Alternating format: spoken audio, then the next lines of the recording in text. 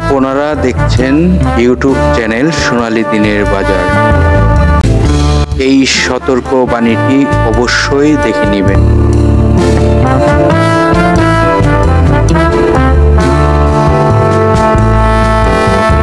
প্রিয় দর্শক, আজকের ভিডিওর টপিকটি দেখেছেন।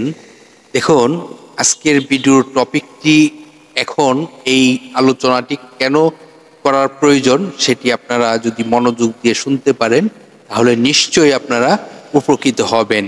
তো আজকের ভিডিওর টপিকটি তলাবিহীন স্টকগুলো নিয়ে এত লাফালাফি কেন এখন। তো এই যে এই স্টকগুলো, আজকে যে স্টকগুলো নিয়ে আলোচনা করব, এগুলো আসলে কি রয়েছে তাতে। ধরেন একটি কোম্পানি এই মুহূর্তে আমরা দেখতেই পারতেছি ক্ষতিগ্রস্ত অবস্থায়, কোম্পানিটি বদ্ধ অবস্থায়। কোম্পানিটি কখন সে ফ্যাক্টরি ওপেন করবে, কখন সে আয় করবে, তারপর এনে বিনিয়োগকারীদেরকে প্রফিট দিতে পারবে, তারপর এনে এই কোম্পানিটি ভালো কিছু করতে পারবে। এখন কথা হলো, এইগুলোতে কারা রয়েছে, কারা এগুলোকে এত সুন্দরভাবে উপস্থাপন করে বিনিয়োগকারীদেরকে ফাঁসানোর একটি ব্যবস্থা করতেছে, এগুলো আমাদেরকে সচেতন থাকতে হবে। আজকের বিশ্লেষণ এই যে আজকে তলাবিহীন যে স্টকগুলো, এই স্টকগুলোকে নিয়ে আমরা আলোচনা করব।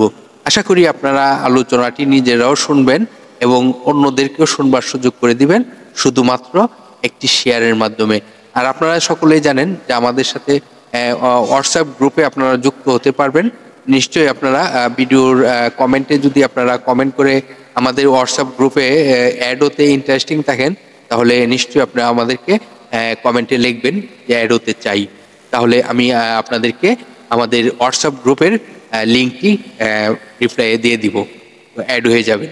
তো আজকের আলোচনার যে স্টকগুলো, সেই স্টকগুলো নিয়ে আমরা বিশ্লেষণ করি। আসলে এই স্টকগুলো কি আমাদের জন্য ভালো হবে, নাকি এই স্টকগুলো ক্রয় করার পরে একটি লোক, মানে একটি পার্টি, মানে যে যারা এই স্টকগুলোকে মানে হাই প্রাইজে উঠিয়ে তারা ফায়দা লুটে নিবে, এরকম যেন ফান্দে না পড়েন আপনারা, সেজন্যই এই আজকের আলোচনার সাজেস্ট। তো চলুন একে একে সবগুলো স্টকের আলোচনায় আমরা জানার চেষ্টা করি এবং স্টকগুলো কি রয়েছে আমি আপনাদেরকে এটি বোঝাতে চাচ্ছি। প্রথমেই যদি আপনাদেরকে সাজেশন করি যে সাবকো স্পিনিং মিল। আপনারা সকলেই জানেন সাবকো স্পিনিং মিল, এই মিলটি আপাতত বদ্ধ রয়েছে। নিশ্চয়ই বদ্ধ থাকার কারণ রয়েছে।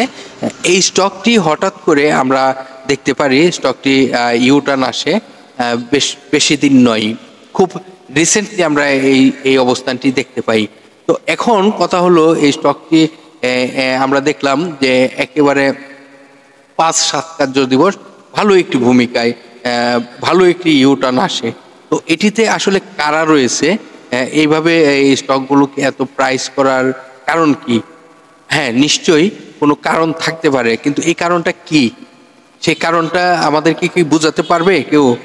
আমি যদি আপনাদেরকে উদাহরণ দিই, এই কোম্পানিটি, এই সাবকো স্পিনিং মিল, এই কোম্পানিটি অনেকেই দেখলাম, আমি আসলে ভিডিও ফলো করি অনেকেরই, দেখি যে লো পেড আপ 3 কোটি শেয়ার।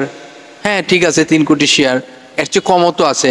এমনও কোম্পানি আছে মাত্র 21 লাখ শেয়ার রয়েছে, আছে না? তো এটা তো আসলে হয় না। হ্যাঁ, কিছু বাস্তবতা থাকার দরকার, কারণ বিনিয়োগকারীরা কিন্তু প্রফিটের আশায় আসে।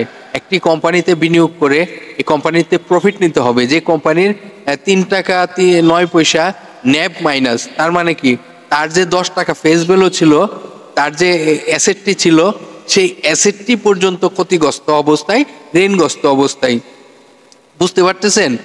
যে জায়গায় 10 টাকা ফেস ভ্যালু, 10 টাকা ন্যাব থাকার কথা, প্লাস থাকার কথা, সেই জায়গা 3 টাকা 9 পয়সা মাইনাস রয়েছে সাবকোর। এবং এই যে প্রতি কোয়ার্টার 3 মাস, আপনারা সকলে জানেন প্রতি 3 মাস পর পর কোয়ার্টার ঘোষণা করা হয়। যেমন এই স্টকটি জুন ক্লোজিং, এখানে ফার্স্ট কোয়ার্টারে তারা 4 টাকা 77 পয়সা করে লস করেছে ফার্স্ট কোয়ার্টারে। সেকেন্ড কোয়ার্টারে আবার দেখা যাচ্ছে কি 53 পয়সা লস করেছে।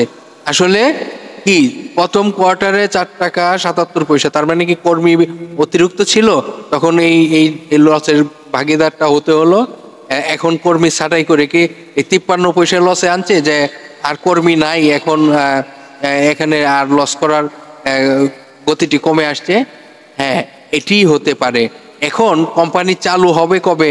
আমি ডিএসসির ওয়েবসাইটে স্টকটির দেখলাম, ডিএসসির যে নিয়ন্ত্রণ সংস্থার যে টিম রয়েছে এই ফ্যাক্টরিটি ভিজিটও করে আসছে। তো এই ফ্যাক্টরিটি ভিজিট করে দেখতে পারে বদ্ধ অবস্থায় রয়েছে, কিন্তু চালু হবে কবে সে তথ্য কিন্তু দিতে পারে নাই। তো এই কোম্পানিটি চালু হবে, তারপর প্রফিট করবে, ন্যাব অ্যাসেটটি যে ঋণগ্রস্ত অবস্থায় রয়েছে অ্যাসেটটি ফুলফিল আপ করতে হবে, তারপরে বিনিয়োগকারীদেরকে বাই প্রফিট দিবে।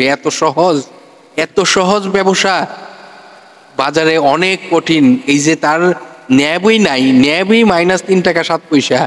তো এইগুলো আসলে আমাদের সচেতন হতে হবে। এই তলাবিহীন কোম্পানিগুলোকে হঠাৎ করে অনেকে অনেক ধরনের আশ্বাস দেয়, অনেক ধরনের স্বপ্ন দেখাইতে পারে, কিন্তু বাস্তবতা অনেক কঠিন। তো অবশ্যই সকলকে সজাগ থাকতে হবে। অনেক ভালো ভালো কোম্পানি রয়েছে, অনেক ভালো ভালো কোম্পানি রয়েছে, যে কোম্পানির অ্যাসেটও ভালো আছে, আয়ও ভালো আছে। সেই কোম্পানির দিকে না তাকিয়ে এখন দেখা যাচ্ছে যে কোম্পানিগুলো তলাবিহীন, যে কোম্পানিগুলো মানে বিনিয়োগকারীদেরও চয়েসে নাই, এবং যারা ফায়দা লুটার তারা কিন্তু এই যে স্টকগুলোকে হাতে নিয়ে এখন একটি প্রাইজে, ভালো প্রাইজে নিয়ে এই যে তাদের যে সুবিধা নেওয়ার সেই সুবিধাগুলো নিয়ে নিবে। এটি হলো তাদের কৌশল। তো আমি বলবো সকলকে এই বিষয়গুলো যেন নজরে রাখেন।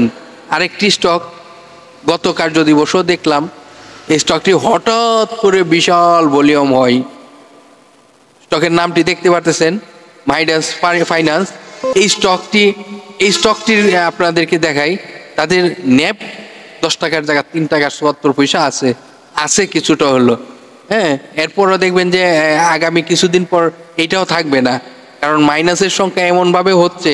দেখুন, ফার্স্ট কোয়ার্টারে তাদের 1 টাকা 2 পয়সা নাই, সেকেন্ড কোয়ার্টারে 1 টাকা 59 পয়সা নাই, থার্ড কোয়ার্টারে 43 পয়সা নাই।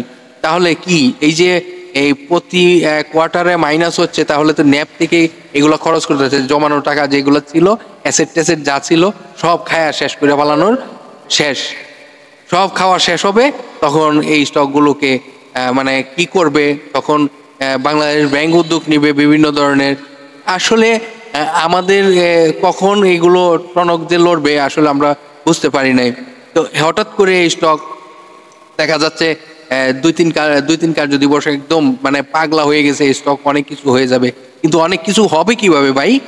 এখানে তো আমার দেখতে হবে, এই যে তাদের আয়গুলো দেখতে হবে। এই যে আয় 3টি কোয়ার্টারের মধ্যে 1টি কোয়ার্টারও আয় নাই, লস আর লস। এই যে অ্যাসেট থেকে কিন্তু শেষ নাই, জিরো হয়ে যাচ্ছে। তারপর যদি বলি এই স্টকটির বিষয়, যদি আপনাদেরকে বলি একমি এই স্টকটির যে অবস্থানটি সেটি আপনাদেরকে দেখাই। তাদের ন্যাব ভালো আছে, 17 টাকা 25 পয়সা। স্টকটির কিন্তু লসের দিকে কিন্তু ভালো নয়। লস ফার্স্ট কোয়ার্টারে 12 পয়সা লস, সেকেন্ড কোয়ার্টারে 18 পয়সা লস। তো এই যে লস ভাই, এই লস এগুলা কে বহন করবে? এখান থেকে লস করতে করতে তো আপনারা একদিন দেখবেন যে এই ন্যাপ মাইনাস হবে। ন্যাপ থেকে যদি মাইনাস হতে থাকে তাহলে ক্ষতিগ্রস্ত অবস্থায় কোম্পানিগুলো, এই কোম্পানিগুলোকে নিয়ে যদি এখন বাজারে এত দৌড়াদৌড়ি করে, বিনিয়োগকারীরা কিন্তু ক্ষতিগ্রস্ত হবে। সাময়িক লাভের আশায় এমনভাবে ক্ষতিগ্রস্ত হবে তা বলার বাহিরে। এই যে আরেকটি স্টক দেখুন, শ্যামপুর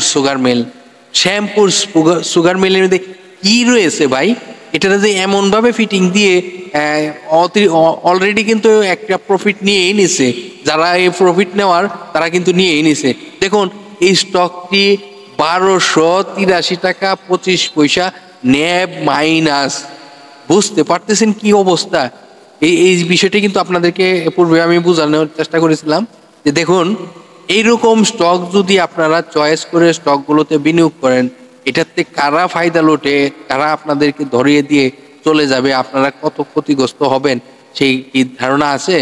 এই কোম্পানিটি জুন ক্লোজিং কোম্পানি।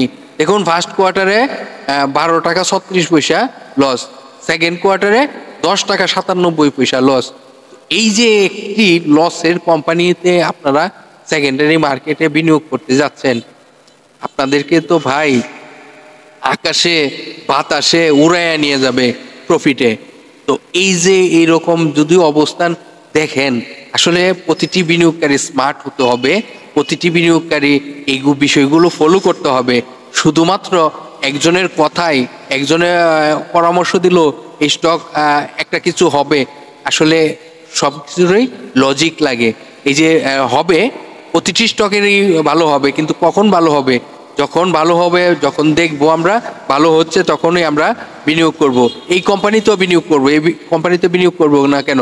এই কোম্পানি যখন আমরা দেখবো ন্যাপ ভালো রয়েছে, এখানে যে 1300 টাকার মতন, অলরেডি 1283 টাকা, তার মানে 1300 টাকার মতন প্রতি স্টকে মাইনাস রয়েছে। এই যে ঋণগ্রস্ত অবস্থায় রয়েছে, এই টাকা কে আইনা দিবে? কোথায় থেকে আনবে? কে দিবে? এগুলো জানতে হবে, শিখতে হবে, বুঝতে হবে, তারপর পুঁজিবাজারে বিনিয়োগ করতে হবে।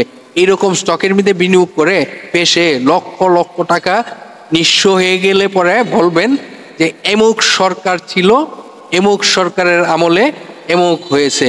আসলে সরকারের দোষ নয়, কোনো অথরিটিরও দোষ নয়, দোষ আমাদের। কারণ আমরা জেনে শুনে বুঝে আগুনে ঝাঁপ দেই। তো এই তলাবিহীন স্টকগুলো থেকে বিরত থাকুন, আমার রিকোয়েস্ট আপনাদের কাছে। আর না হয়তো নিজেও মরবেন, পরিবারের প্রতিটি সদস্যদেরকেও মারবেন, কারণ আপনি নিজে মরবেন, ক্ষতিগ্রস্ত হবেন। এই ক্ষতিগ্রস্তর পাশে যে আরো ফ্যামিলিরা সাপোর্ট রয়েছিল, তারাও কিন্তু মরবে। আশা করি আপনারা বুঝতে পারছেন। এমন কোনো স্টকে এন্ট্রি দিবেন না যে স্টকগুলোতে ক্ষতিগ্রস্ত হওয়ার সম্ভাবনা থাকে 99%। তো ভালো থাকেন, সুস্থ থাকেন। ভিডিওটি বিভিন্ন সোশ্যাল মিডিয়া প্ল্যাটফর্ম, শেয়ার গ্রুপে শেয়ার করে অন্যদেরকেও সচেতন করেন ভাই, সচেতন করেন। এখনো সময় আছে, একদম নিঃস্ব হয়ে যাবে। এই কোম্পানিগুলোর অবস্থান আপনাদেরকে জানালাম, যা দেখতে পারছি সেগুলোই কিন্তু জানালাম। এগুলো আমরা দেখি, তারপর আপনাদেরকে বলি। আমরা কিন্তু এমনিতে বানায় বলতে পারি না, সবকিছু জেনে বুঝে তারপরে কিন্তু আপনাদেরকে বলি। দেখুন, আমি যা দেখাইছি এখানে কোনো এডিট করা নয়, কোনো ভুল তথ্য নয়, সব রিয়েল। এই রিয়েল তথ্যটি আপনিও যাচাই করেন, যাচাই করে তারপর সিদ্ধান্ত নেন কি করবেন। একজনের কথাই এরকম ভাবে ফেসে যাওয়াটা কিন্তু খুব মারাত্মক একটি দুর্ঘটনা ঘটতে পারে। ভালো থাকেন, সুস্থ থাকেন, আল্লাহ হাফেজ।